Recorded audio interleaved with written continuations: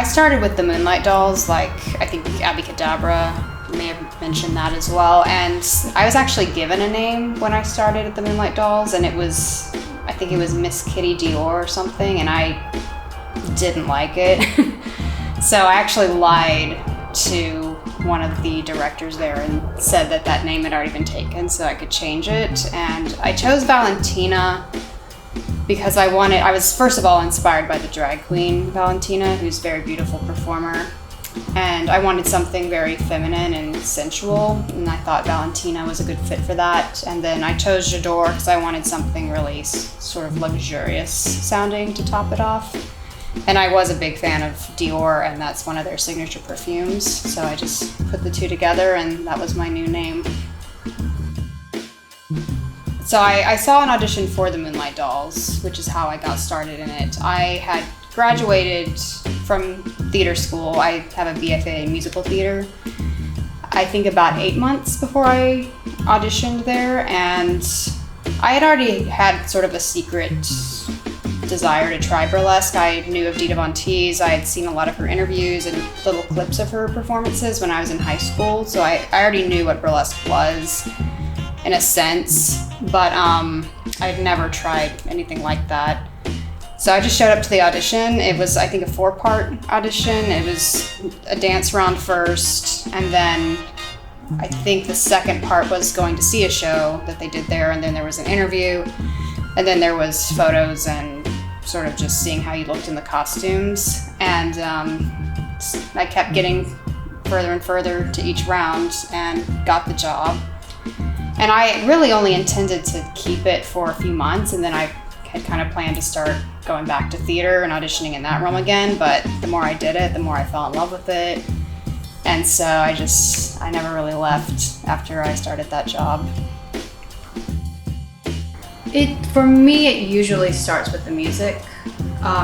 Each act is individual in what exactly inspired it first, but I would say probably 85% of the time, my ideas for acts start with the song. It's kind of hard to describe. I'll usually just kind of visualize it as I'm listening to the song, and then from there I'll usually mull on it for a while, because sometimes you'll have an idea and then once you think it through, it's not a good idea. I'll start listening to the song quite a bit and really thinking about if that's actually going to work. Once I know it is going to work, then I'll start thinking about costumes and concepts and sort of what kind of a story I want to tell with the act, because I, as a theater geek, I like telling stories. I like my acts to kind of have an arc to them. So once I figure out that arc and the costume, then I'll get into the rehearsal space and play around and choreograph. I used to choreograph every little move. Now I kind of just make a framework and say, I'm gonna do this move here, I'm gonna do this move here, and in between is kind of fluid and leaves room to play with the audience. And there's of course exceptions. I have some acts that are very choreographed and that's the way they have to be. But yeah, and then once you put it on stage, for me, it's always still changing. You find more things, the more you perform it, you change little things, you take this away, you add this. So for me, acts are constantly evolving. Sometimes I'll put them on hold and change the costumes, you know.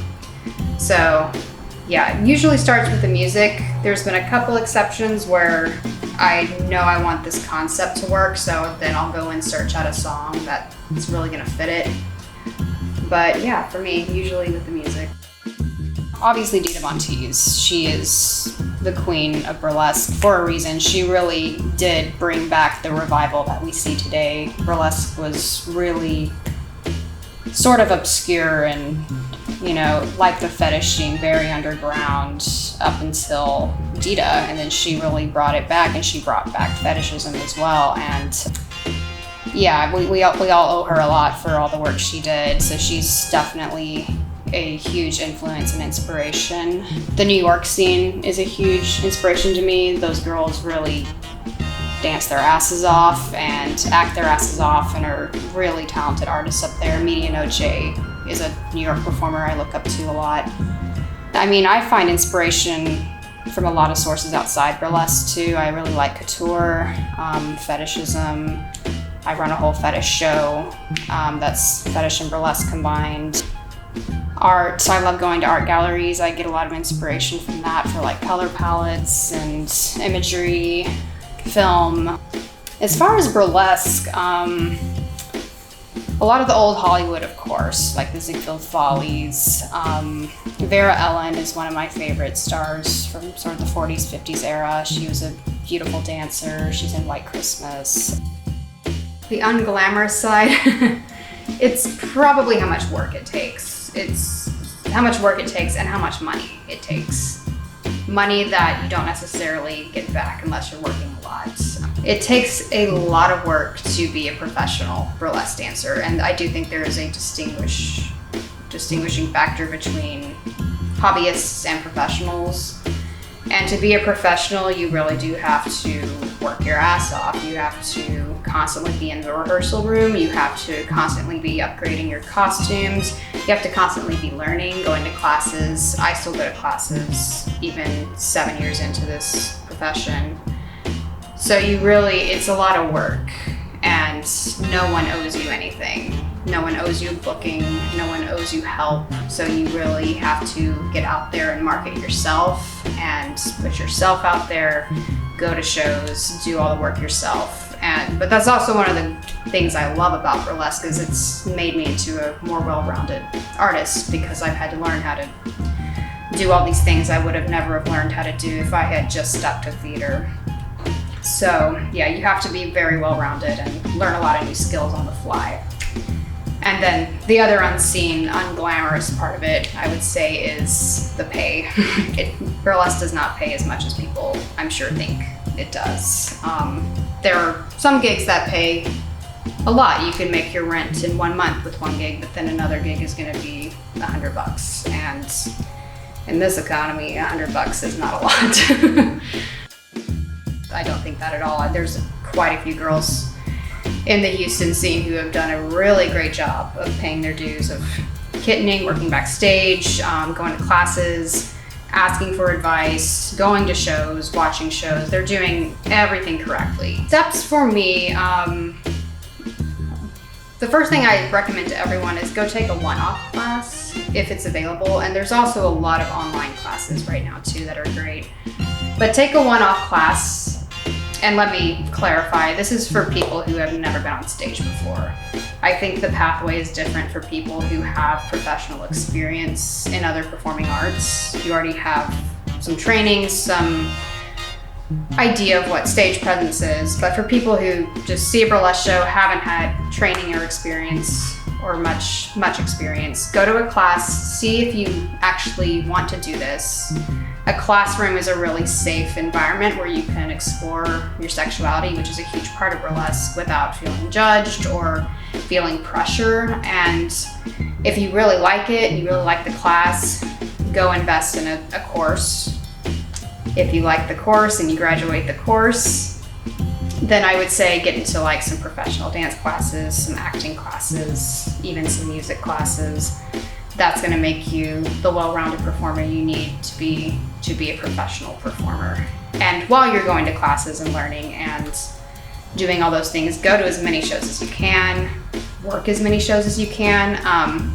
Kittening is what we call our stagehands in burlesque, and it's basically picking up the clothes that we're flinging everywhere, and sometimes you're working the door as well. You're getting a really good look at how everything operates backstage. And sometimes it might even include a little stage experience. So kittening is absolutely where you need to start, even if you've already taken this 6-week course. It's going to give you all the experience, and it will also teach you how to be flexible and work on the fly, which is something that's pretty important for show business. In my opinion, what makes a great burlesque show is a group of polished performers. First and foremost, you need a really great host who can keep the show running in a very smooth but funny way.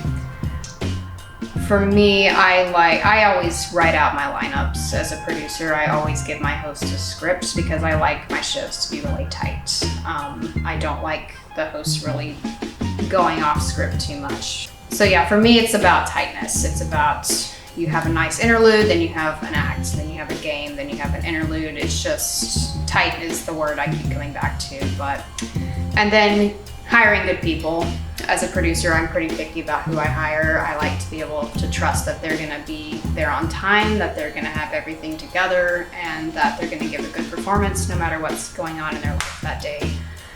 So yeah, it really just, for me as a producer, it all hinges on the performers I hire. So I try to hire the best. As someone who came from theater, where in theater, a lot of things are given to you to interpret.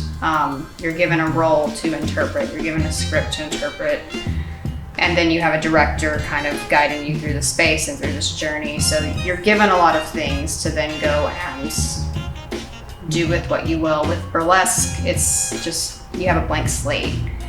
It's so open to so many different types of creativity, and there's so many different things you can do with it.